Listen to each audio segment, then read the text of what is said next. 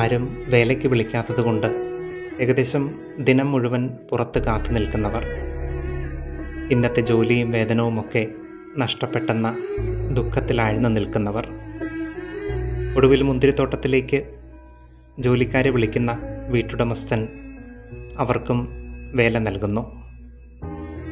ഒരു ജോലിയുടെ തണലില്ലാതെ അലയുന്ന എത്ര പേരാണ് ഈ ആകാശത്തിന് കീഴെ.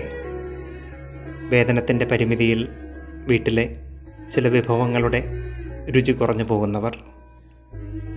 ഈ ദുഃഖങ്ങളെ മറികടക്കാൻ എന്താണ് പോംവഴി? കുറുക്കുവഴികൾ കണ്ടെത്താതിരിക്കുക, ദുഃഖം മറക്കാൻ ലഹരികൾ കൊണ്ട് ദുഃഖത്തെ മലിനപ്പെടുത്താതിരിക്കുക. ഇനി കണ്ടെത്താനുള്ളത് ദൈവം ഉള്ളിൽ നിക്ഷേപിച്ചിട്ടുള്ള ഒരു നിധിയാണ്. വേല ചെയ്യാനും അധ്വാനിക്കാനും ദൈവം ഉള്ളിൽ നിക്ഷേപിച്ചിട്ടുള്ള നല്ല മനസ്സിനെ കണ്ടെത്തുക.